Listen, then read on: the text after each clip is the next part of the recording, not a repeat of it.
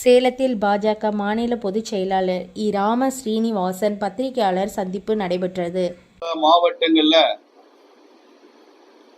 புதிதாக தலைவர்கள் தேர்ந்தெடுக்கப்பட்டிருக்கிறார்கள். இன்னும் பல மாவட்டங்கள்ல ஏற்கனவே இருந்த தலைவர்கள் இரண்டாம் பருவமும் நீட்டிக்கப்பட்டிருக்கிறாங்க. அந்த வகையில சேலம் நகர் மாவட்டத்துல புதிய தலைவராக பொறுப்பேற்றிருக்கிற மாவட்ட தலைவரை பத்திரிகையாளர் சந்திப்புல நானும் வாழ்த்துகிறேன். நாடு முழுக்க பட்ஜெட் பற்றி மக்களுக்கு விளக்கி சொல்ல வேண்டும் என்பதற்காக சிறப்பு கூட்டங்கள் நடத்தி கொண்டிருக்கிறது.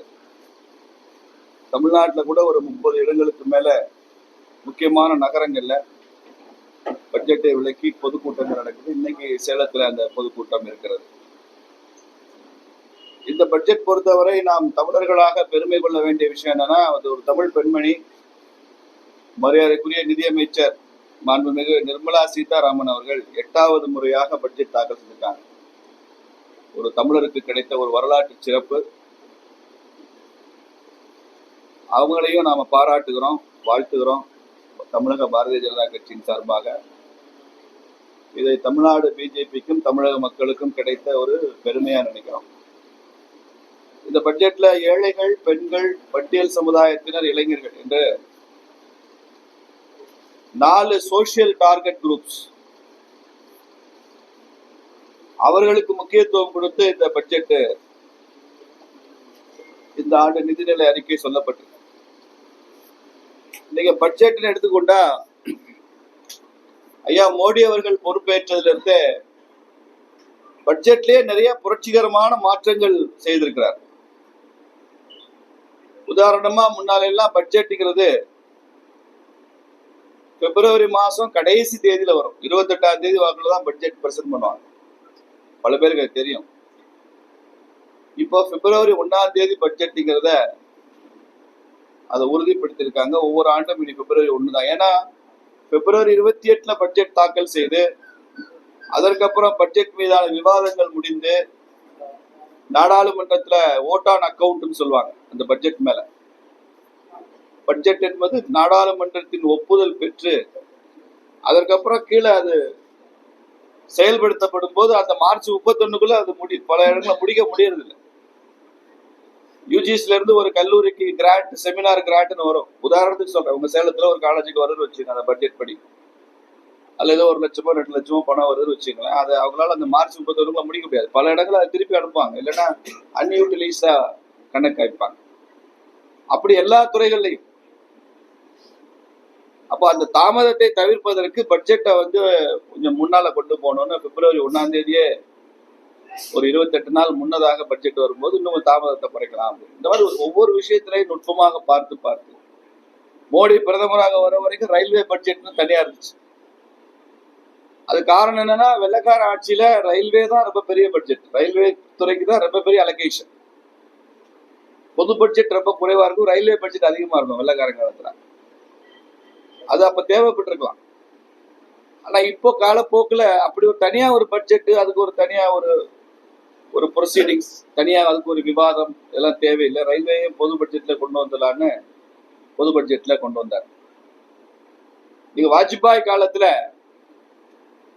ஒரு மாற்றம் கொண்டு வந்தார் பட்ஜெட்ல. நீங்க பத்திரிகை நண்பர்கள் உங்களுக்கு எல்லாமே என்னோட நல்லா தெரியும், இருந்தாலும் ஒரு ரெஃப்ரெஷ் பண்ணிக்கிறதுக்காக சொல்றேன். வாஜ்பாய் பிரதமராக பொறுப்பேற்கிற வரைக்கும் பட்ஜெட் தாக்கல்ங்கிறது பிப்ரவரி 28 நடந்தாலும் அன்னைக்கு சாயங்காலம் 5 மணிக்கு தான் பட்ஜெட் தாக்கல் செய்வாங்க. எனக்கு நல்லா நினைவு இருக்கு. நான் இப்ப கல்லூரி படிக்கிற காலத்துல எல்லாம் இரவுல தான் நாங்க டிவியில லைவ் பட்ஜெட் போடுவாங்க. மன்மோகன் சிங்கே நிதியமைச்சர் ஆகிறப்ப பட்ஜெட் இரவுல வாசிட்டு இருப்பாரு. 5 மணிக்கு தாக்கல் செய்வாங்க. அது ஏன் அப்படின்னா, இங்கிலாந்துல தான் இந்தியாவுக்கான பட்ஜெட் தாக்கல் செய்யப்படும். இங்கிலாந்துல நாடாளுமன்றம் மத்தியானம் 2 மணிக்கு தான் கூடும். இங்கிலாந்துல 4 noonல பார்லிமெண்ட் கிடையாது, ஆஃப்டர்நூன் தான் பார்லிமெண்ட். ஈவன் டுடே இப்பயும் அப்படிதான். அந்த 2 மணில இருந்து 5 மணி வரைக்கும் இங்கிலாந்துக்கான பட்ஜெட் தாக்கல் பண்ணுவாங்க. 5 மணிக்கு இந்தியாவுக்கான பட்ஜெட் இங்கிலாந்துல தாக்கலாம். இது அங்கே அப்போ கலோனியல் முறை. அது சுதந்திரம் அடைஞ்சு கூட ரொம்ப வருஷம் அப்படிதான். 98 வரைக்குமே வாஜ்பாய் பொறுப்பேற்கிற வரைக்கும், பிரதமர் ஆகிற வரைக்கும் அந்த 50 ஆண்டு காலமும் அதே மாலை 5 மணிக்கு தான். பகல்லாம் செஷன் நடந்தாலும் மாலையில தான் பட்ஜெட் தாக்கல் பண்ணுவாங்க. அதை மாற்றி இது ஒரு காலனி ஆதிக்க நடைமுறை, அது தேவையில்லை. இப்போ நம்ம சுதந்திரம் அடைஞ்சிருக்கோம், சுதந்திர இண்டிபெண்ட் இந்தியாவில் நமக்குன்னு சுயமா சில நடைமுறைகள் வேண்டும் என்று அதை காலையில 10 மணிக்கு கொண்டு வந்தது வாஜ்பாய் தான். அது ஒரு பெரிய புரட்சி. அது அதுக்கப்புறமா தொடர்ந்து 2014 இருந்து பட்ஜெட் நடைமுறைகள்ல நிறைய மாற்றம் இருக்கு. இந்த பட்ஜெட் அப்படிதான் வந்திருக்கு. நமக்கு பொருளாதாரத்துல நீங்க பட்ஜெட்டை பத்தின ஸ்டாட்டிஸ்டிக்ஸ் நீங்க பிப்ரவரி 1, இன்னைக்கு பிப்ரவரி 17, 16 நாள் கழிச்சு நம்ம பேசுறதுனால நிறைய புள்ளி விவரங்கள் உங்களுக்கே நிறைய தெரிஞ்சிருக்கும். பத்திரிகையில பக்கமா எழுதி முடிச்சிருப்பீங்க. நானும் அந்த திரும்ப சொல்லி உங்களையும் வாசகர்களையும் நான் போர் அடிக்க விரும்பல. அணுகுமுறை சொல்லலாம்னு நினைக்கிறேன். இந்திய பொருளாதாரம் மிக வேகமாக வளர்ந்து வருகிற ஒரு பொருளாதாரமாக இருக்கு. $5 trillion பொருளாதாரத்தை பிடிக்கணும் அப்படின்றது தான் நம்மளுடைய இலக்காக பிரதமர் வச்சுக்காரு. உடனடியாக $5 trillion. அமெரிக்கால எங்கேயோ போயிட்டாங்க, $25 trillion போயிட்டாங்க. சீனா எங்கேயோ போயிடுச்சு. நம்ம உலகத்துல 4வது பொருளாதார சக்தியாக இப்போ வந்திருக்கோம். மோடி பொறுப்பேற்கும் போது நமக்கு 8, 9வது இடத்துல இருந்தோம். இன்னைக்கு 4வது பெரிய எக்கானமினா இந்தியா தான் உலகத்துல. அப்படிங்கிற அளவுக்கு இந்த பொருளாதாரம் இன் டேர்ம்ஸ் ஆஃப் ஜிடிபி உயர்ந்திருக்கிறது. அதுக்கு நிறைய காரணம். டிமானிட்டைசேஷன் ஒரு காரணம், ஜிஎஸ்டி முறை வந்தது ஒரு காரணம், இளைஞர்களுக்கு ஸ்கில் டெவலப்மெண்ட் கொடுத்தது ஒரு காரணம், மேக் இன் இந்தியா மூலமாக உலகத்துல பல முதலீடுகளை இழுத்து கொண்டு வந்து ஈர்த்து இந்தியாவில் உற்பத்தியை கூட்டினது ஒரு காரணம். ஒரு காலத்துல 50 மில்லியன் டன் தான் நம்ம உணவு உற்பத்தி பண்ணோம். இன்னைக்கு 400 மில்லியன் டன் உணவு உற்பத்தி பண்றோம். அப்படி உணவு உற்பத்தியை நாம கூட்டியிருக்கோம்.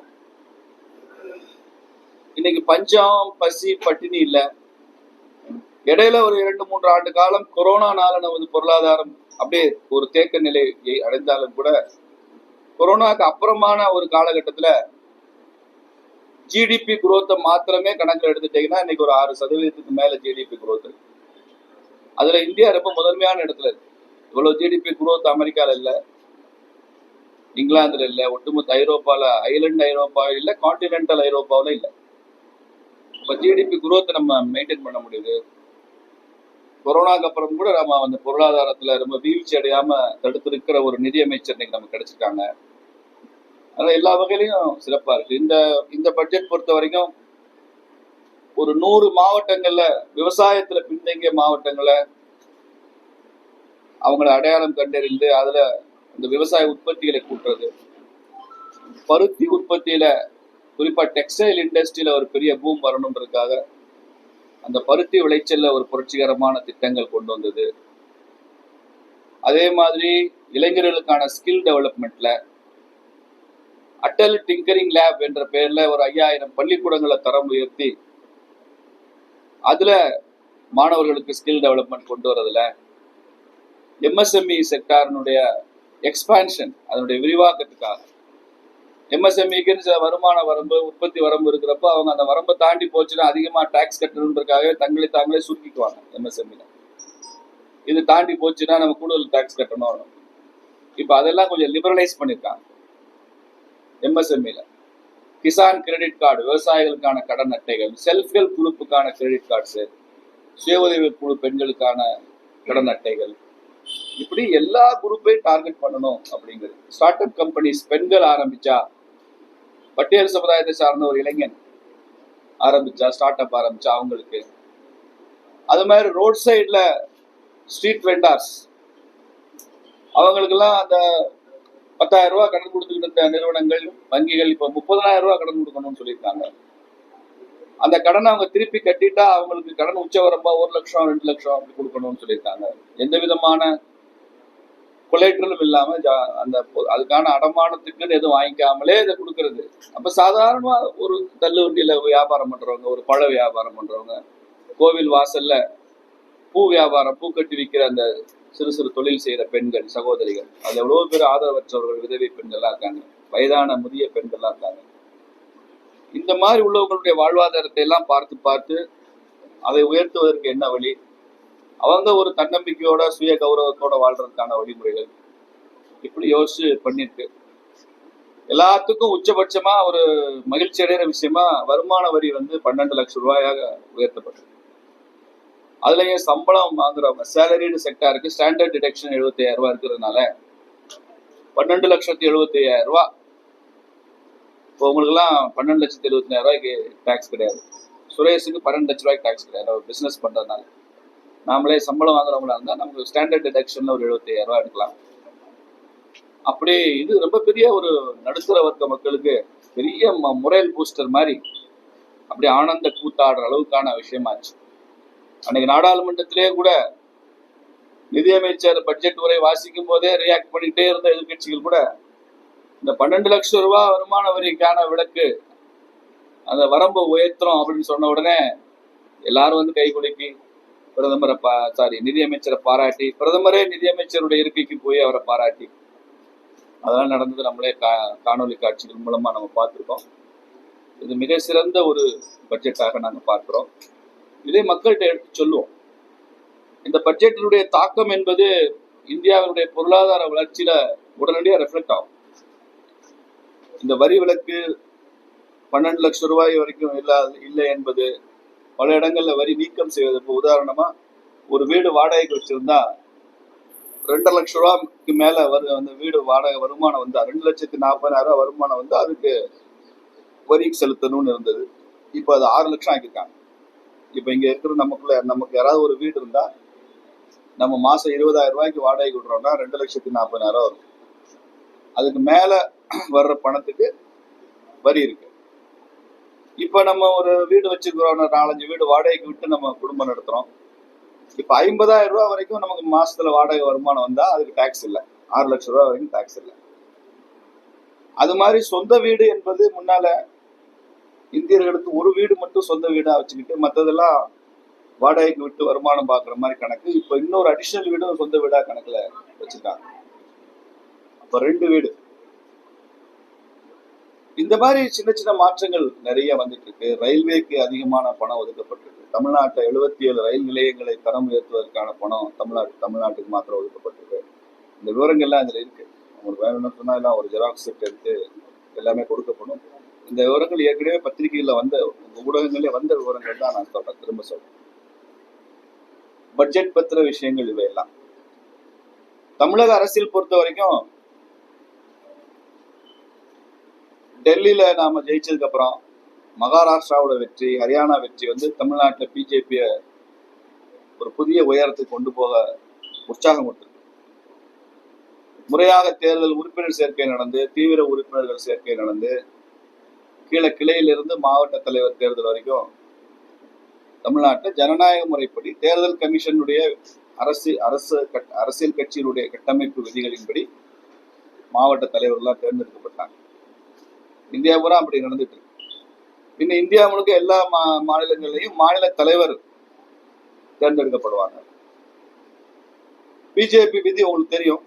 மண்டல் தலைவர்ல இருந்து தேசிய தலைவர் வரைக்கும் ஒரு தலைவர் என்பவர் 2 முறை பதவியில இருக்கலாம். ஒரு பருவம்ன்றது 3 வருஷம், 2 பருவங்கள் அவர் தலைவராக இருக்கலாம்.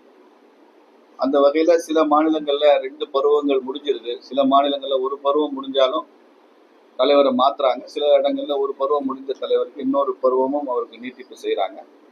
அதனால எந்தெந்த மாநிலங்கள்ல தலைவர்கள் மாறுகிறார்கள், எந்தெந்த மாநிலங்கள்ல தலைவர்கள் தொடர்கிறார்கள்ங்கிறதெல்லாம் தேசிய தலைமை தான் அதை பற்றி இறுதி முடிவு எடுப்பாங்க. சமீபத்தில் ஆனந்த விகடன் பத்திரிகையில வந்த அந்த கார்ட்டூன் நாடு முழுக்க ஒரு பெரிய அதிர்வலையை உருவாக்கியிருக்கு. நம்ம நாட்டினுடைய பிரதமர், அவர் பிரைம் மினிஸ்டர், அவர் பிரைட், நம் பிரதமர் நம் பெருமை, அந்த ஒரு உணர்வு கொஞ்சம் கூட இல்லாம ஏதோ அமெரிக்க அதிபர் முன்னால கை காலில் சங்கிலி போட்டு இந்திய பிரதமர் அமர்ந்திருப்பது மாதிரி ஒரு கேலி சித்திரம். அது வந்து எல்லாரும் கொதிச்சு போயிருக்காங்க. அவங்க மேல நடவடிக்கை எடுக்கப்பட்டிருக்கிறதுன்னு சொல்றாங்க. இன்னும் அது முறையான அந்த கம்யூனிகேஷன் யாருக்கும் கிடைக்கல. அந்த இணையதளம் முடக்கப்பட்டிருக்கிறது. ஆனந்த விகடன் பத்திரிகை அது மாதிரி செஞ்சிருக்க கூடாது. ஒரு பெரிய பாரம்பரியமான பத்திரிகை. SS வாசன் அவர்களால் ஆரம்பிக்கப்பட்டு பாலசுப்ரமணியன் அதை தொடர்ந்து இருந்தாரு. இப்ப JMD சீனிவாசன் இருந்தா கூட அவர் முழுக்க நிர்வாகத்துல இருந்து ஒதுங்கிதான் இருக்காரு. அந்த பிராண்ட் இருக்கு, ஆனந்த விகடன் பிராண்ட் வந்து ஒரு பாரம்பரியமான பிராண்ட். தமிழ்நாட்டினுடைய ஒவ்வொரு வீடுகள் தோறும் எதிரொலிக்கிற ஒரு பிராண்ட் அது. அவங்க இந்த மாதிரி செய்திருக்க கூடாது என்பதுதான் பிஜேபியினுடைய கருத்து. பிரதமரை ஒரு கௌரவத்திற்குரிய சின்னமா பார்க்கணும். தமிழ்நாடு அரசு ஸ்டாலின் அவர்கள் கூட இதுல நடவடிக்கை எடுத்திருக்க வேண்டியவர் அவர் பிஜேபியை கண்டிச்சு பேசுகிறார். RSS தலைவர் கோல்வல்கர் அவர்கள் 60களில் பண்டிட் நேரு வெளிநாட்டுக்கு போனார். வெளிநாட்டில் இருக்கக்கூடிய RSS சுயம் சேவகர்கள் நாங்க இந்திய பிரதமரை எதிர்த்து கருப்பு கொடி காட்டலான் இருக்கோம், அவர் ஏதோ ஒரு பேசின ஒரு விஷயத்துக்காக எதிர்ப்பு தெரிவிக்கிறது. அப்போ RSS தலைவர் சொன்னாரு, அவர் இந்திய பிரதமராக மாத்திரம் வரவில்லை, அவர் இந்தியாவை ரெப்ரசன்ட் பண்ணி இங்க வராரு, ஜவஹர்லால் நேருவா மாத்திரம் வரல.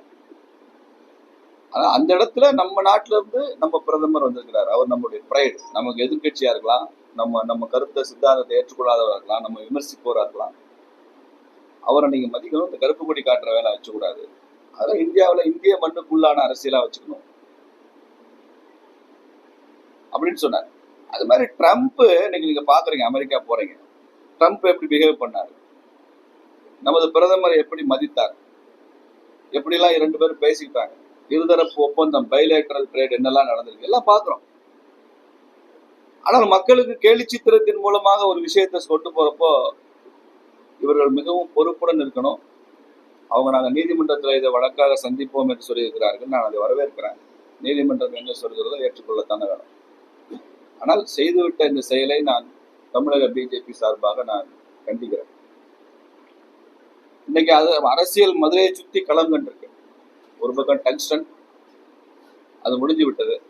திமுக அரசினுடைய மிகப்பெரிய தோல்வி இந்த டங்ஸ்டன் ஒரு பெரிய மக்கள் பிரச்சனையாக உருவெடுத்ததற்கு திமுக அரசு காரணம்.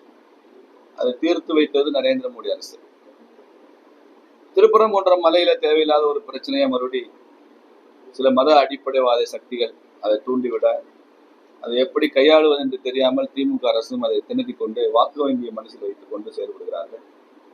தேவையில்லாத ஒரு பதட்டத்தையும் நல்லிணக்கத்துக்கு குந்தகம் விளைவிக்கிற சூழலையும் திமுக அங்கே விதைத்துவிடக் கூடாது. அதை முழுவதுமாக புரிந்து கொண்டு அதை சரி செய்யணும் என்று திமுக அரசுக்கு நான் இந்த ஊடக சந்திப்பின் மூலமாக ஒரு அறிவுரை சொல்ல விரும்புகிறேன்.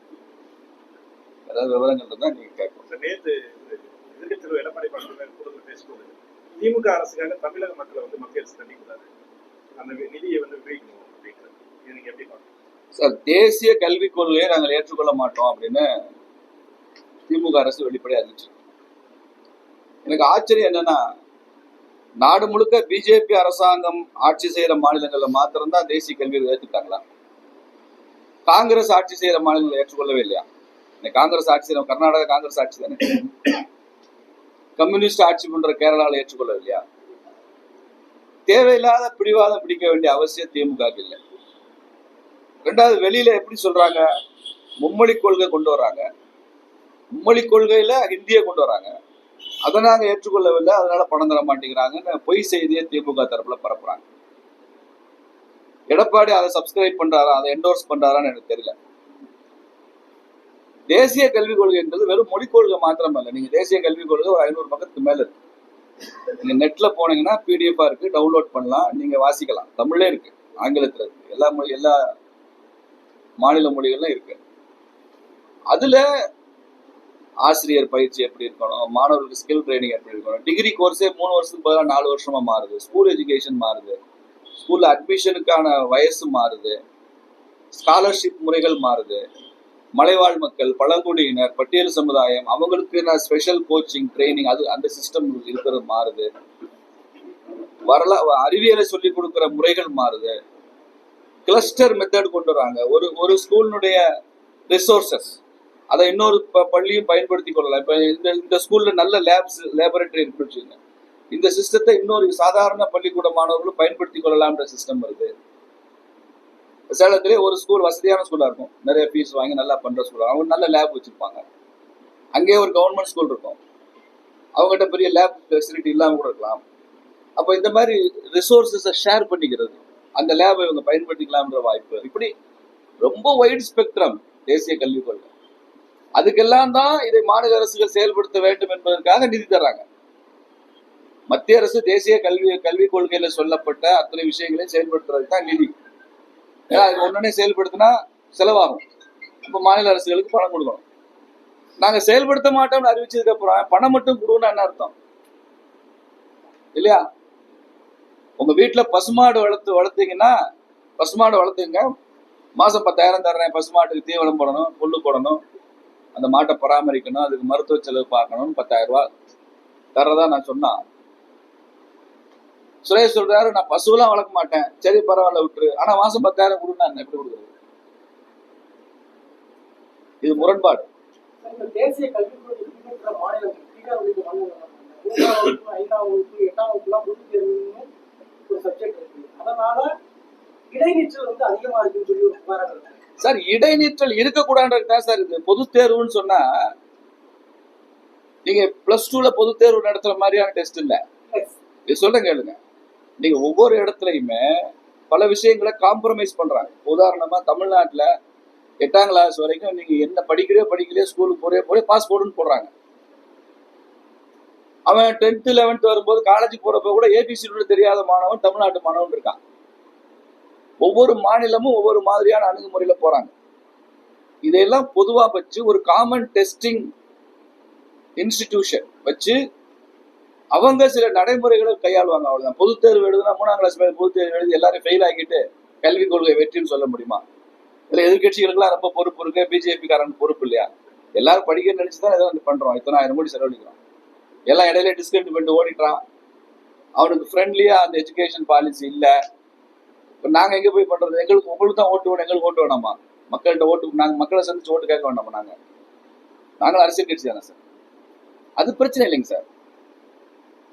மும்மொழி கொள்கை அதை ஒண்ணும் மையப்படுத்தி பேசுறது தப்புன்னு சொல்றோம். மும்மொழி கொள்கை லாங்குவேஜ் ஃபார்முலா என்ன சொல்லுது? 8ஆம் கிளாஸ் வரைக்கும் தாய்மொழியில படிங்கன்னு சொல்லுது தேசிய கல்விக் கொள்கை. இதுல என்ன உங்களுக்கு பிரச்சனை? தமிழ்ல படிக்க வேண்டியதானே ஒண்ணு. இங்கிலீஷ் கட்டாயமா எல்லாம் தேவை வச்சுங்கன்னு சொல்லுது.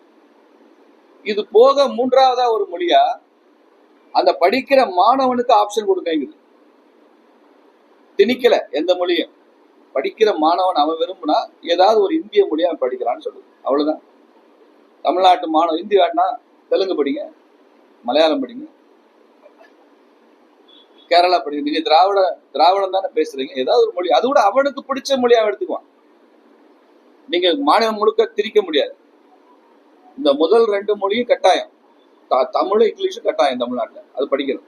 3ஆவதா ஒரு மொழி அவனுக்கு ஆப்ஷன் கொடுங்க, அவன் ஏதாவது ஒரு இந்திய மொழி எடுத்துட்டு படிக்கட்டும்னு சொல்றாங்க. அதுக்கு வாய்ப்பு உருவாக்கி கொடுக்குறாங்க. அவ்வளவுதான். அதுல என்ன கஷ்டம்? அதை எல்லா மாநிலமும் ஏத்துக்குது. கேரளா ஏத்துக்குது, ஆந்திரா ஏத்துக்குது, காங்கிரஸ் ஆட்சியில மாநிலம்லாம் ஏத்துக்குது. தமிழ்நாட்டுக்கு வந்து என்ன? சரி நாங்க செய்ய மாட்டோம், ஒட்டுமொத்தமா நாங்க தேசிய கல்விக் கொள்கையே பண்ண மாட்டோம்னு அறிவிச்சாச்சு. மொழி மாத்திரம் இல்லை, எதையுமே ஏத்துக்க மாட்டோம்னு சொல்லியாச்சு. நாங்க தனியா ஒரு கல்விக் கொள்கை ஃப்ரேம் பண்ணுவோம்னா அதுக்கு நிபுணர் குழு எல்லாம் போட்டு ஸ்டேட்டுக்குன்னு ஒரு எஜுகேஷன் பாலிசி நாங்க வச்சுக்கோன்னு சொல்லியாச்சு. வச்சுக்கன்னு சொல்லிட்டோமே, அதை மறுக்கவே இல்லையே. ஆனால் புதிய கல்விக் கொள்கையை ஏற்றுக்கொண்டால் தரக்கூடிய நிதியை எங்களுக்கு நாங்க ஏத்துக்காட்டியும் கொடுன்னு சொன்னா அது கொடுக்க முடியாது. அது ப்ரொவிஷன் இல்லை, கொடுக்கத்தான் ஆசைப்படுறோம், சட்டம் அனுமதிக்காது. அதனால தவறா சொல்றாங்க. எடப்பாடிக்கும் அதுல இன்னும் அவருக்கு needs more information about this. DMK பழி வாங்குறதுக்கா இந்த திட்டம் இல்லை. ஆனா எடப்பாடி ஆட்சிக்கு இருந்தாலும் அவர் ஏற்றுக்கொள்ளலைன்னா அவருக்கும் பணம் கிடையாது, அவர் ஆட்சிக்கு போக முடியும். நாளைக்கு பிஜேபி கவர்மெண்டே இருக்கு தமிழ்நாட்டுல, ஒரு பிஜேபி சிஎம் இருக்காரு, நான் புதிய தேசிய கல்விக்கு ஏத்துக்க மாட்டேங்கிறாரு, அவருக்கும் பணம் கொடுக்க முடியாது. ப்ரொவிஷன் இல்லையே, சட்டத்தில் இல்லை. இந்த ஃபண்டை பொறுத்தளவுல 2000 கோடி எஸ்எஸ்ஏ ஃபண்டுன்னு தான் சொல்றாங்க. இது வந்து புதிய கல்விக் கொள்கைக்கெல்லாம் ஒதுக்கப்படுற நிதியாக இல்லை இல்லையா? அதெல்லாம் புதிய கல்விக் கொள்கைக்காக டைவர்ட் பண்ணியாச்சு சார். எஸ்எஸ்ஏ ஃபண்டுன்றதான் டைவர்ட் பண்ணியாச்சு. எஸ்எஸ்ஏ சர்வ சிக்ஷா அபியானுக்கான அடிப்படை கேரக்டருமே மாறி போச்சு. நான் அதனாலதான் சொல்றேன், எல்லாமே புது பார்வை, புது செயல்முறை, புதுசா வந்துருச்சு. நான் தான் சொல்றேன், டிகிரி எஜுகேஷன் 4 வருஷம். முன்னால நீங்க பிஇ படிக்கிறீங்க, ஒரு மாணவன் பிஇ படிக்கிறான், ஃபர்ஸ்ட் இயர் முடிஞ்ச உடனே ஏதோ ஒரு காரணம் சார், அப்பா இறந்துடுறாரு, இல்ல இவனுக்கு உடல்நிலை சரியில்லை, 1 வருஷம் படிச்சுட்டு 2 செமஸ்டரையும் முடிச்சுட்டு அவன் படிக்காம டிஸ்கன்டினியூ பண்ணிடுறான் சார். பழைய சிஸ்டத்துல என்ன சார் அவனுக்கு? அவனுடைய எஜுகேஷன் குவாலிஃபிகேஷன் வந்து +2 தானே சார். பழைய சிஸ்டத்துல தானே. பிஇ 1 வருஷம் படிச்சுட்டான், 2 வருஷம் படிச்சுட்டான், 3 வருஷம் படிச்சுட்டாங்க பிஇ. 4ஆவது வருஷம் 1 வருஷம் தான் அவன் படிக்கல. ஏதோ ஒரு காரணத்தினால படிக்கல, டிஸ்கண்டினியூ பண்ணிட்டான். அப்பவும் அவன் +2 தான் குவாலிஃபிகேஷன். இந்த தேசிய கல்விக் கொள்கை என்ன செய்யுது, நீங்க அப்படி ஒரு மாணவன் ஒவ்வொரு ஆண்டும் ஒரு படிப்பு படிச்சதுக்கு அப்புறம் டிஸ்கண்டினியூ பண்றான் கடைசி ஸ்டேஜ்ல, அவனுக்கு ஏதோ ஒரு காரணம்னா கூட 3 வருஷம் படிச்சிருக்கான்ல, அது ஒரு பிஜி டிப்ளமா கொடுன்னு சொல்லு. 1 வருஷம் தான் பிஇ படிச்சிருக்கான், அதுக்கப்புறம் அவன் ஏதோ ஒரு காரணம் படிக்க முடியல, அவனை நீ +2 தான்டான்னு சும்மா அனுப்பாத. அவனுக்கு சர்டிபிகேட் கோர்ஸ் முடிச்சுட்டான்னு சொல்லி ஒரு சர்டிபிகேட் கொடு, அதை வச்சுக்கிட்டு அவன் ஏதாவது வேலை வெட்டி போய்க்குவான். டிகிரி படிக்கிறான், பிகாம் படிக்கிறான், 1 வருஷம் தான் படிக்கிறான், ஒரு சின்ன டிகிரி கூட அவனுக்கு ஏதோ ஒரு காரணம் அவனுக்கு படிக்க முடியல. இந்த புதிய கல்விக் கொள்கை வந்து 4 ஆண்டுக்கு மேல ஆகிடுச்சு. ஆனா கடந்த 4 ஆண்டுகளாக எஸ்எஸ்ஏ ஃபண்ட் ரிலீஸ் ஆயிட்டு இருக்கு. இப்ப அது அமலுக்கு வருது, அதுக்குள்ள வந்துச்சு. இப்ப அது அமலுக்கு வருது சார், இப்ப அமலுக்கு வருது. 4 வருஷமா வந்து அறிவிச்சாச்சு, டிஸ்கஷன் ஆச்சாச்சு, நாடாளுமன்றத்தில் ஒப்புதல் வாங்கியாச்சு, பல மாநில சட்டமன்றங்களை ஏற்றுக்கிட்டாச்சு, இதெல்லாம் இந்த ப்ராசஸ் நடந்துட்டு இருக்கு. இப்ப அது நேரடியா அமலுக்கு வருது. பள்ளிக்கல்வித்துறை அமைச்சர் வந்து அதுதான காரணம். இதுக்கு மேல உங்களுக்கு ஏதாவது தமிழக அரசாங்கத்துக்கு, திமுக அரசாங்கத்துக்கு கிரீவன்ஸ் இருந்தா நீங்க நீதிமன்றத்தை தான் போகணும். இதுல மத்திய அரசுடைய முடிவுல எந்த மாற்றமும் இல்லை, கொடுக்க முடியாது. முடியாதுன்னா முடியாதுன்னு இல்லை, இயலாதுன்னு சொல்றோம். ஒன்னும் பாதிக்காத, நீங்க ஏத்துக்கலைன்னா அது உங்க ரிஸ்க் தானே, நாங்க என்ன செய்யணும்? அத நான் சொல்றதுதான் சார், பசு வளர்க்கறதுக்கு நான் நிதி தர்றேன், நீ பசுவை வளர்க்க மாட்டேன் நிதி கொடுன்னு கேட்டா நியாயம் கிடையாது.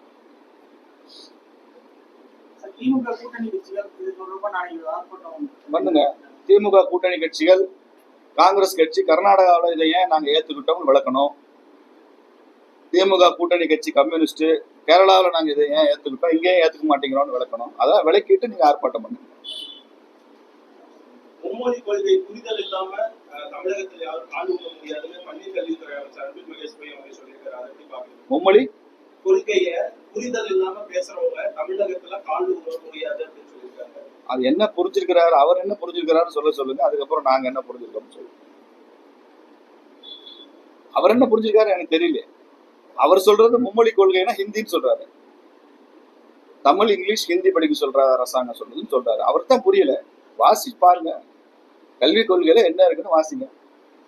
நாங்க ரொம்ப தெளிவா சொல்றோம், மும்மொழி கொள்கைன்றது எனி 2 இந்தியன் லாங்குவேஜஸ், இங்கிலீஷ் இருக்கும், தாய்மொழி இருக்கும், அதை தாண்டி இன்னொரு மொழி இருக்கு. இந்த பட்ஜெட்ல வந்து தமிழ்நாட்டுக்கான எந்த ஒரு சிறப்பு திட்டமும் இல்ல. வாஸ்தவம் தான். தமிழ்நாட்டுக்கான எந்த சிறப்பு திட்டமும் இல்ல, கேரளாவுக்கான சிறப்பு திட்டமும் இல்ல, குஜராத்துக்கான சிறப்பு திட்டமும் இல்ல, ஹரியானால பிஜேபி ஆட்சி இருக்கு, ஹரியானாக்கான சிறப்பு திட்டம், மகாராஷ்டிராக்கான பீகாருக்கு ரொம்ப நாள் அந்த டிமாண்ட் இருக்கு, அது ரொம்ப பின்தங்கிய மாநிலமா இருக்கு, அவங்களுக்கான தேவைகள் இருக்கு, அதனால அதை பண்றாங்க. நீங்க அதை வேற கோணத்துல சொல்லுவீங்க. தேர்தல்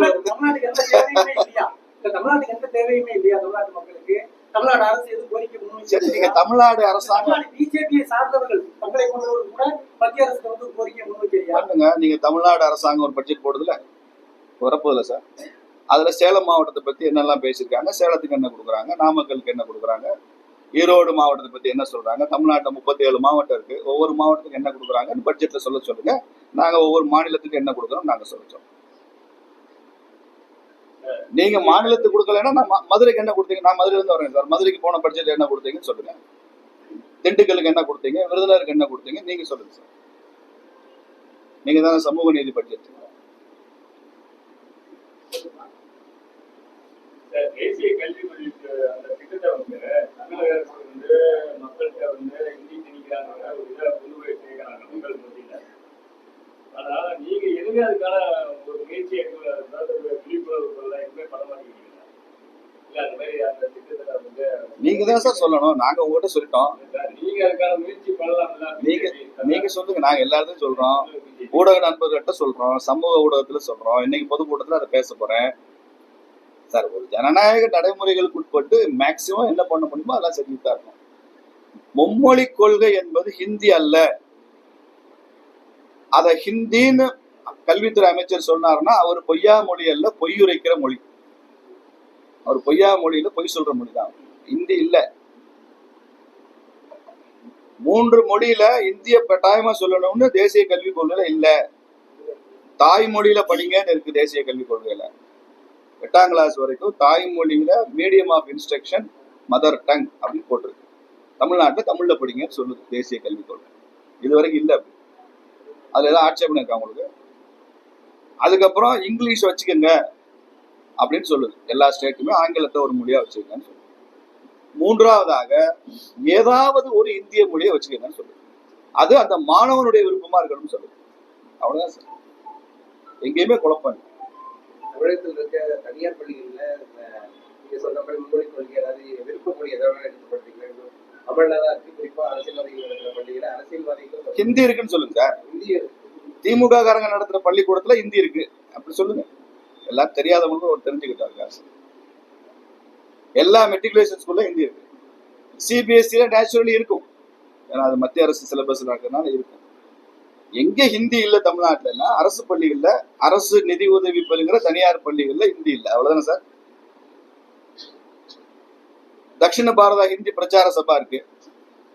ஒவ்வொரு வருஷமும் கிட்டத்தட்ட 6-7 லட்சம் மாணவர்கள் வந்து ஹிந்தி படிக்கிறாங்க. படிச்சுதான் இருக்காங்க. ஹிந்தி வேணுங்கிறவங்க படிச்சு போறாங்க. இந்த தேசிய கல்விக் கொள்கையிலையும் ஒரு 3வது மொழி என்ன மொழி வேணுமோ படிச்சு போங்கன்னு சொல்றாங்க. எனக்கு என்ன பிரச்சனை, நீங்க திராவிட கட்சி தானே. கன்னடம், தெலுங்கு, மலையாளம், தமிழ் சேர்ந்து ஒன்றாகி திராவிடமாகும்னு கண்ணதாசன் அந்த காலத்துல உங்க கூட இருக்கிறப்பதானே பாடினாரு. என்னென்ன மொழிகள்லாம் சேர்ந்து திராவிடமாச்சுன்னு பாடுறாரு. தமிழ்தாய் வாழ்த்திலேயே அது நீக்கப்பட்ட வரியில இருக்கு. இந்த கன்னடமும் தெலுங்கும் மலையாளமும் உன் உதிரத்தே பிறந்ததே தமிழ்னால பாடுறாரு. தமிழோட உதிரத்து ரத்தத்துல பிறந்ததான இந்த மொழிகள் எல்லாம். அதுல ஒரு மொழி எந்த மொழியும் ஆச்சு. மாணவருக்கு ஆப்ஷன் கொடுங்க. சமீபத்துல தமிழக கல்வி நிலையங்கள் அதிக பாலியல் குற்றங்கள் அது ரொம்ப கொடுமையான விஷயம் சார். இந்த பாலியல் வன்முறைகள் ஏன் தமிழகத்துல எஸ்கலேட் ஆயிருக்கு, ஸ்கேலப் ஆயிருக்கு? குறிப்பாக மைனர் கேர்ள்ஸ், சிறுமிகள் மீது ஏன் அதிகமா இருக்கு? போக்சோ ஏன் அதிகமா போட வேண்டிய கட்டாயம் இருக்கு? தமிழக அரசு இதை பற்றி ஒரு வெள்ளை அறிக்கை வெளியிடணும். ஏன் இவ்வளவு அதிகமாகுது? இன்னைக்கு ஆசிரியர்களுக்கெல்லாம் ஜாமீன்ல வந்துட்டாலும் அவங்கள பணி நீக்கம் பண்ணணும், பணியிடை நீக்கம் பண்ணணும்னு வந்துருக்கே ஆர்டர் வந்திருக்குல்ல, சஸ்பெண்ட் பண்ணிடணும், ஜட்ஜ்மெண்ட் வர வரைக்கும்லாம் வந்திருக்கு. அப்ப ஏன் இது அவ்வளவு அதிகமாகுது? என்ன காரணம், என்ன பின்னணி? ஸ்கூல் கேம்பஸ்ல என்னதான் நடக்குது? நிறைய வீடியோ காட்சிகள் வருது. பெண் குழந்தைகள், பள்ளி குழந்தைகள் போதை கலாச்சாரத்துக்கு ஆளாகிற மாதிரி வீடியோக்கள் வருது. சின்ன பிள்ளைங்க 8th 9th படிக்கிற பெண் பிள்ளைகள் வட்டமா உட்காந்துட்டு மது அருந்துற மாதிரி காட்சிகள் வருது. பள்ளிக்கூடங்கள்ல ஆசிரியரை மாணவர்கள் சேர்ந்து கூட்டு தாக்குதல் பண்ற மாதிரி, அடிக்கிற மாதிரி வருது. ஒரு முறை கல்வித்துறை அதிகாரியே வந்து இந்த மாதிரியான விஷயங்கள் எல்லாம் பெண் ஆசிரியர் கொஞ்சம் அனுசரிச்சுதான் போகணும்னு அட்வைஸ் பண்றாரு. ஏன் பள்ளி வளாகத்திற்குள்ள இப்ப இத்தகைய வன்முறை, இத்தகைய வேண்டாத சம்பவங்கள்? இது ஏன் இந்த சமீபத்துல இந்த திமுக ஆட்சியில இது அதிகமா இருக்கு 4 வருஷத்துல? குறிப்பா நீங்க சொன்ன மாதிரி பாலியல் குற்றச்சாட்டுகள் ஏன் அதிகமா வருது? இதை பற்றி தமிழ்நாடு அரசு பள்ளி கல்வித்துறை அமைச்சர் வந்து இதை பற்றி ஒரு வெள்ளை அறிக்கை கொடுக்கணும். இது தடுக்க என்ன செய்ய போறாங்க அதையும் அவங்க சொல்லணும். நீங்க 24 மணி நேரம் மோடியவே எதிர்த்துட்டு இருக்காரு. இங்க தமிழ்நாட்டு மக்கள் பிரச்சனையை பாருங்க. அமைப்பு தேர்தல் நடந்துட்டு இருக்கு. நீங்க சொன்ன மாதிரி இந்த மாநில தலைவர்கள்லாம் ஒரு சில மாநிலங்களில் 2வது முறையும் தொடர்றதுக்கு வாய்ப்பு இருக்கு. தமிழ்நாட்டுல எப்படி இருக்கு? அண்ணாமலை தொடர்பாக நான் தேசிய தலைவரா இருந்தா நீங்க இந்த கேள்வி கேட்கலாம். நான் மாநில பொதுச் செயலாளர் சொன்னீங்க. நீங்க காரணங்களை அடிக்கடிக்கா சொன்னீங்க. அந்த மாதிரி வாய்ப்புகள் தமிழ்நாட்டுல இருக்கிறதா? 2க்கும் முன்னுதாரணம். தமிழ்நாட்டுல பாத்தீங்கன்னா இப்ப தமிழிசை அக்கா ஒரு டேர்ம் மாநிலத்துல இருந்தவங்க, அவங்க 2வது டேர்மும் கொடுத்தாங்க. 2 முறை தலைவரா இருந்தாங்க. பொன்னார் அண்ணன் தலைவரா இருந்தாரு.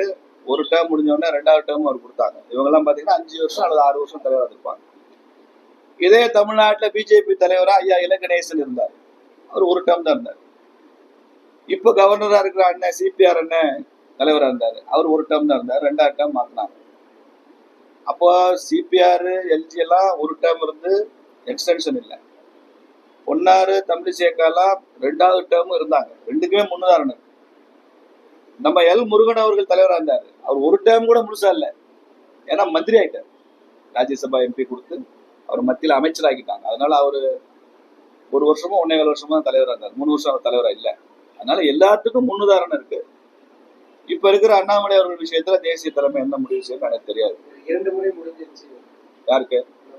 ஒரு 2021 ஜூலைல வந்தாரு. 3 வருஷம் தான் ஆகுது. 3.5 வருஷம் ஆயிருக்கு. சார், ஒரு பருவம். தமிழக தென் மாவட்டங்களுக்கு ஜாதி ரீதியான கூச்சல் தொடர்ந்து இருக்குது. இந்நிலையில திருப்பரங்குன்றம் மத ரீதியான கூச்சல் இருந்தா தென் தமிழகம் தாங்குமா சார்? என்ன செய்யலாம்னு சொல்லுங்க. நீங்க தான் சொல்லணும். நீங்க தான் மதுரைக்காரர். இல்ல சார், என்ன பிரச்சனை, என்ன செய்யலாம்னு சொல்லுங்க. தென் தமிழகத்துல என்ன பிரச்சனை? ஏற்கனவே ஜாதி ரீதியான கூச்சல் தொடர்ந்து நீங்க நடக்குதானே? திருப்பரங்குன்றம் பிரச்சனை உங்களுக்கு எந்த அளவுக்கு தெரியும்னு எனக்கு தெரியல. இருந்தாலும் நான் சொல்றேன். அவர் அண்ணன் கேள்வியா கேட்டார். அங்கே திருப்பரங்குன்றம் மலை இருக்கு. 6 படை வீட்டுல முதல் படை வீடு முருகன் திருப்பரங்குன்றம் தான். மலை மேல ஒரு தர்கா இருக்கு. இது ரொம்ப வருஷமா பிரிட்டிஷ் பீரியட்ல இருந்தே லிட்டிகேஷன் அது இதுன்னு நிறைய நடந்துட்டு இருக்குன்னு வச்சுங்க. கடைசியா பிரிவி கவுன்சில் ஜட்ஜ்மெண்ட்ல அந்த 33 சென்ட் இடம் இருக்கிற அந்த தர்கா, அது அவங்க தர்கா முஸ்லிம்களுக்கு சொந்தமானது என்றும் ஒட்டுமொத்த மலையும் இந்துக்களுக்கு சொந்தமானது என்றும் HRNC போட்ட கேஸ்ல பிரிவி கவுன்சில் ஜட்ஜ்மெண்ட் இருக்கு. இதுதான் கடைசி ஜட்ஜ்மெண்ட். அதுக்கப்புறம் ஃபர்தர் லிட்டிகேஷன் அது ஒன்றும் இல்லை. இது வரைக்கும் அமைதியா தான் இருந்தது, ஒன்றும் பிரச்சனை இல்லை. முஸ்லீம்கள் அங்கே மேலே போறாங்க, அவங்க தொழுகை நடத்துறாங்க, அவங்க முறையில பிரார்த்தனை பண்றாங்க. அந்த தர்காவுக்கு இந்துக்களும் போறாங்க, அவங்க அழைப்பின் பேர்ல போறாங்க, அவங்களும் அங்கே பிரார்த்தனை பண்றாங்க. இந்துக்களும் மேல காசி விஸ்வநாதர் கோயில் இருக்கு, அங்கே போறாங்க, கீழே கிரிவலம் வர்றாங்க, எல்லாம் நடக்கிறாங்க. இதுல சில மத அடிப்படைவாத அமைப்புகள் எங்களுக்கு அங்க உரிமை இருக்கு, அது சிக்கந்தர் மலை, அந்த மலையே சிக்கந்தர் மலை, நாங்க அங்கே போய் ஆடு வெட்டுவோம் கோழி வெட்டுவோம்னு சொல்லி ஒரு இஷ்யூ சோசியல் மீடியால பரபரப்பாகி மறுநாள் ராம்நாடு MP நவாஸ்கனி அங்கே நான் இங்கே மலையிலே உட்காந்து படிக்கட்டிலே உட்காந்து பிரியாணி சாப்பிடுவேன்னு பிரியாணி சாப்பிட்டு இதுதான் ஷூட் பண்ணி விட்டதுக்கு காரணம் அடிப்படை தான். அதற்கப்புறம் அது இந்து முன்னணி கையில் எடுக்க வேண்டிய அவசியம் வந்தது. அதற்கப்புறம் தான் நிறைய விஷயங்கள் ஆய்வுக்கு உட்படுத்தப்பட்டது. அதுல நாம அந்த மத அடிப்படைவாத சக்திகளை எதிர்த்து நாம ஒரு ஆர்ப்பாட்டம் வச்சோம். அதை தமிழ்நாடு அரசு தடை பண்ணாங்க, திமுக அரசு தடை பண்ணாங்க. கோர்ட்டுக்கு போனோம், கோர்ட்டு ஆர்ப்பாட்டம் நடத்த அனுமதி கொடுத்தாங்க. பெரிய மேசிவ் ஆர்ப்பாட்டம். இது ஏதோ பிஜேபி இந்து முன்னணி மாத்திரம் பண்ணியிருந்தா இவ்வளவு சக்சஸ் வந்திருக்காரு. 1 மணி நேரத்துக்குள்ள 1 லட்சம் பேரெல்லாம் எப்படி வருவாங்க? அது 144 தடை உத்தரவு, முதல் நாளே பிரிவென்டிவ் அரெஸ்ட். இப்போ எனக்கெல்லாம் ஹவுஸ் அரெஸ்ட், வீட்லயே வச்சுட்டாங்க போலீஸ் போட்டு. அப்படி இருந்தும் கூட தன்னெழுச்சியாக மக்கள் திரள்றாங்கன்னா அது ஒரு உணர்வுபூர்வமான விஷயம். அதை சரியாக கையாள தெரியாம திமுக அரசு திண்டாடி கொண்டது. எங்களை பொறுத்த வரைக்கும் அதுல 3 கோரிக்கை தான். ஒரு கோரிக்கை 1983 UDR ரெஜிஸ்ட்ரியில தமிழ்நாடு அரசினுடைய வருவாய்த்துறை ஆவணம் UDR ரெஜிஸ்ட்ரிங்கிறது அந்த கிராம வரைபடம், அதுல அந்த மலையை சிக்கந்தர் மலைன்னு குறிப்பிட்டிருக்கு. ஏதோ சில அடிப்படைவாத அமைப்புகள் அதை சிக்கந்தர் மலைன்னு சொன்னா எங்களுக்கு பிரச்சனை இல்லை. அது அவங்க பேம்லெட்டை நீங்க போட்டுக்கோங்க, உங்க கம்யூனிட்டிக்குள்ள சொல்லிக்கங்க. எல்லாம் தமிழக அரசுடைய வருவாய்த்துறை ஆவணத்துல அது எப்படி முருகன் மலை எப்படி சிக்கந்தர் மலையா மாற முடியும்? அப்ப இதுக்கு முன்னால எல்லாம் எப்படி இருந்தது? அதே பேர்ல தானே தொடர முடியும். திடீர்னு ஒரு மாற்றம் வர்றதுக்கு அனுமதிக்க மாட்டோம்ன்றதுதான் எங்கள் முதல் கோரிக்கை. 2வது கோரிக்கை, மலை உச்சியில கார்த்திகை தீபம் ஏற்றுகிற உரிமை இந்துக்களுக்கு. நீங்க மலை உச்சி நீங்க எவ்வளவு போயிருக்கீங்களான்னு தெரியல எனக்கு. அங்கே மேலேயே தீபத்தூண் இருக்கு, மலையில தீபம் ஏற்றின தூண் இருக்கு. அதுல பல ஆண்டுகளாக கார்த்திகை தீபம் ஏற்றணும். முருகனுக்கே கார்த்திகைன்னு பேரு. 94 உயர்நீதிமன்ற தீர்ப்புல மலை உச்சியில தீபம் ஏற்றணும், அதை இந்து அறநிலையத்துறை செய்யணும்னு தீர்ப்பு இருக்கு. 30 வருஷமா அந்த தீர்ப்பை HRNC அதை பண்ணல. ஒவ்வொரு வருஷமும் மக்கள் எழுச்சியா போராடுவாங்க, நாங்க மேல போய் ஏற்றணும், இந்து அறநிலையத்துறை ஏற்றணும்னு போராடுவாங்க. காலையில போராடுவாங்க, அவங்க அரெஸ்ட் பண்ணி உள்ள வச்சிருவாங்க, நைட்டு வெளியில விட்டுருவாங்க. ஒவ்வொரு வருஷமும் தொடர்கதை. அவங்க ஏற்றாம இருப்பதும், நம்ம ஏற்ற சொல்லி கேட்பதும், நம்மை கைது செய்வதும், மாலையில் விடுவித்து விடுவதும் நடைமுறையா இருக்கு. இப்ப இன்னைக்கு இருக்கிற சூழல்ல இந்து அறநிலையத்துறை தானாக முன் வந்து நீதிமன்ற தீர்ப்பை மதித்து மேல தீபம் ஏற்றணும்.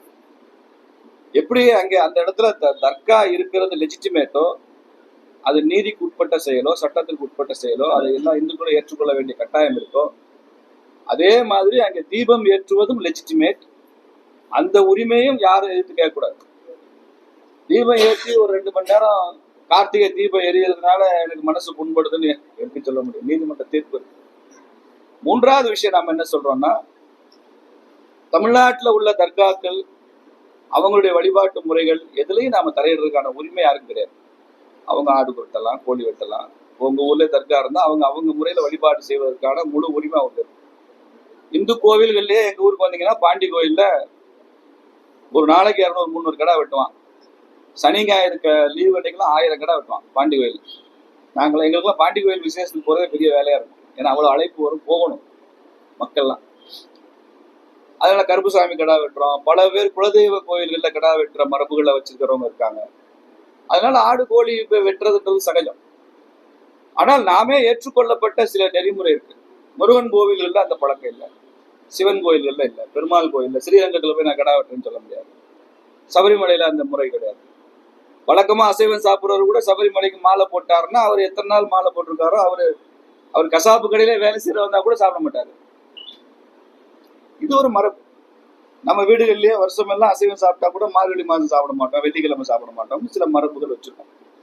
அதை இஸ்லாமிய சகோதரர்கள் புரிந்து கொண்டு இந்துக்கள் உணர்வை மதித்து குறைந்தபட்சம் அந்த தற்கால செய்ய வேண்டாம் நாங்க கேட்டுக்கிறோம். அவ்வளவுதான். 3 பாயிண்ட் தான். ரெவென்யூ ரெக்கார்ட்ல மாத்தணும் சார். அது சிக்கந்தர் மலைன்னு சொல்லக்கூடாது. அது குமரன் மலை தான், முருகன் மலை தான், திருப்பரங்குன்றம் மலை தான்.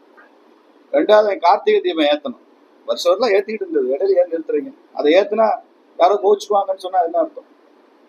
3வது முஸ்லிம் brothers should understand our sentiment and they should avoid animal sacrifice.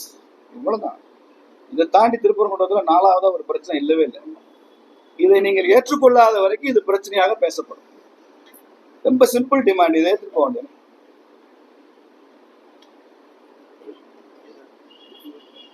அவ்வளவுதான்.